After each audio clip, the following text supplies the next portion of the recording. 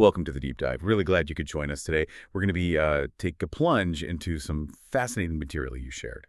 It's mainly a really evocative summary of a novel by Evie Woods called The Mysterious Bakery on Rue de Paris.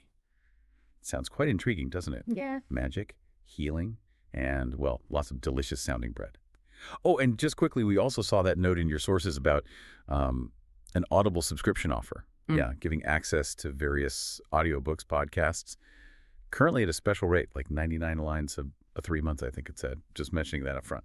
Right. And our mission today really is to unpack this story. It feels steeped in, well, magic, healing, and that irresistible scent of fresh baking. We want to explore its themes, second chances, unexpected enchantment.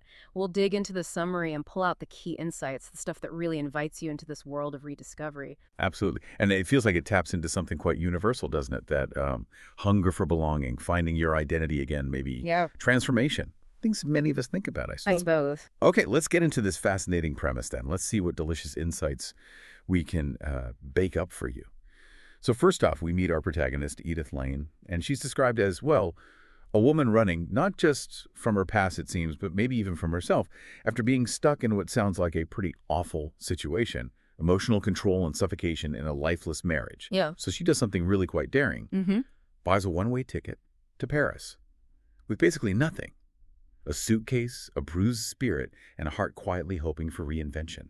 That's powerful imagery. It really is. And what's fascinating here, I think, is how Paris itself is presented. It's not just scenery, is it? It almost feels like an active character in her journey. It greets her, the summary says, not like a tourist, but like a seeker. Which makes you wonder, how often do new places act as these catalysts, these triggers for really deep personal change? That's a great point. Does the place itself sort of guide you? For Edith, it seems like Paris offers, well, maybe a different kind of welcome than her old life did. Yeah. And it's there, wandering the Marais district, these like quiet, winding streets. She finds it, this small bakery, almost hidden away.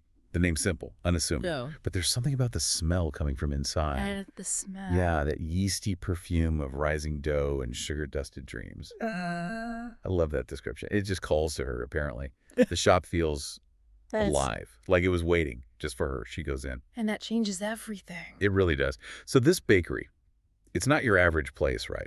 The summary describes the pastries as ethereal. The whole atmosphere is otherworldly. And then there's the owner, Madame Moreau. Quite enigmatic. Doesn't ask Edith a load of questions. No probing. No, just offers her a job. Out of the blue. And Edith, well, she grabs onto it, clutches with both hands is the phrase used. It's clearly this unexpected lifeline. But as she starts working there, she begins to notice things, peculiar things. Customers come in, they say these cryptic words, like a code or something. Yeah, like a secret language. Exactly. And they leave with pastries.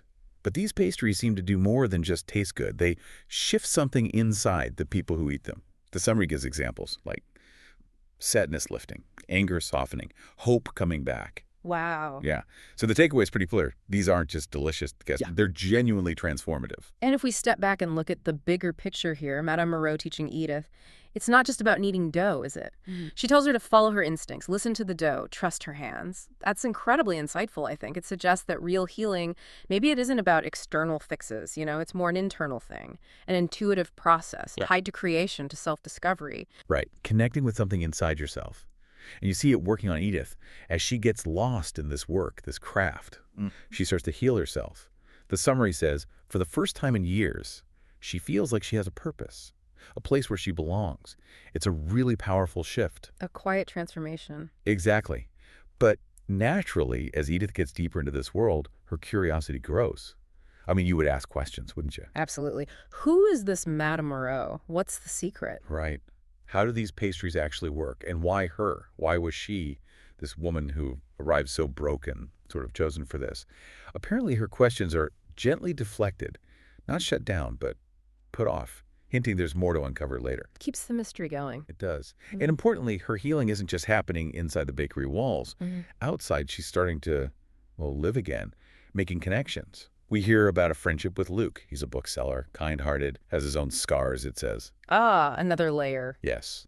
And the relationship builds slowly. It's described as being about quiet warmth, not some big fiery passion, which feels right for where she is. And that brings up a really interesting point, doesn't it, about how healing works. It seems multifaceted here. I mean, the bakery offers this very unique, almost magical path, right? But Edith's ability to actually live again, to form these new, real connections, like with Luke, that seems just as vital. It suggests healing needs both things, that deep inner work and those external relationships. They feed each other, perhaps. That's a really crucial distinction, I think. It's not one or the other. And we see her doing that inner work, too. She starts journaling, writing thoughts in the margins of old recipe books in the bakery. She feels her past, her old life, starting to loosen its grip, which is huge. Letting go. Yeah. But there's still this little nagging question for her, apparently. What's the cost of all this enchantment? Is it real? Can healing truly last if the original pain hasn't been fully confronted? That's still lingering for her. Understandable doubt. Definitely. And then the big discovery moment arrives. Her curiosity pays off. One quiet morning, she finds it. An old, leather-bound recipe book, hidden under a loose floorboard in the storeroom. Ugh, the hidden book. Classic. Totally. Yeah. But this isn't just recipes for croissants. Inside, yes, there are recipes, but there are also these incredibly personal reflections. Yeah. Written by other women who are there before her. Oh, wow. Names, dates, confessions, scribbled right there between the ingredients for, like, brioche or something. And the book reveals this amazing lineage that the bakery has always been passed down through women who all arrived lost and somehow left whole. So it's a legacy. Exactly. Each one adding her own layer to its magic. And this is where it gets really interesting, especially regarding Madame Moreau. Okay, I'm listening. Because it turns out... She was one of them. Yes, Madame Moreau was also one of these women, a previous keeper. That is profound. So the idea that the bakery chooses its keepers, it completely reframes everything, doesn't it? Healing isn't just a personal struggle anymore. It's cyclical, it's intentional, a shared process. And the magic, like the summary says, it's not in the flower or the fire, but in the people who surrender to the process of healing through creation. That's beautiful. It really is. It's about passing something on, this legacy of transformation. And when Edith brings this discovery to Madame Moreau, she confirms it. It's all true. And then she tells Edith her own time as keeper is done. It's time for her to leave. Ah, passing the torch. Yes. Time for the next keeper of the bakery to step forward. And that's Edith. That's Edith. She's the one chosen. A full circle moment. Wow, what a turning point. Absolutely. So Edith takes on this role. And it's described as being, both a joy and a burden, which feels real, but also this incredible grace, this opportunity.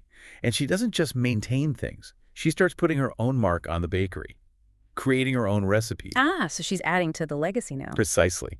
And these aren't just tasty treats either. We hear about a lemon tart that brings closure, a cinnamon bun that helps mend friendships, a cherry scone that revives lost passion. So she's fully embraced the transformative power. She has.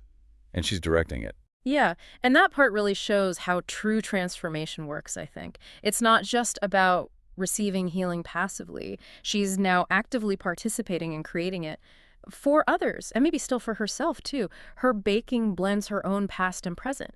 It becomes this powerful expression of her whole journey, and that allows her, finally, to fully let go of the pain that brought her to Paris. That makes sense. It's like she's integrating everything, and she physically adds to the legacy, too. Yeah. She writes her own entry in that hidden book, not just recipes, but her reflections on courage, rebirth, love, contributing her story. Completing the circle. Exactly. And alongside all this, her relationship with Luke, the bookseller, it deepens. He becomes more than just a friend. But again, it's built with patience and care. I love this line. They don't try to fix each other. They simply share the journey. That's such a healthy way to frame it. Mutual support, not trying to solve the other person. So her identity shift is basically complete now. She's not just the woman who ran away anymore, far from it. She's now the guardian of something ancient, healing, and powerful. It really drives home that idea that true belonging, that sense of home, it often comes from within, doesn't it? By embracing your own unique path. Beautifully put. And really, that feels like the core message here. The mysterious bakery on Rue de Paris, based on this summary at least, it isn't just about escaping or even about Paris itself.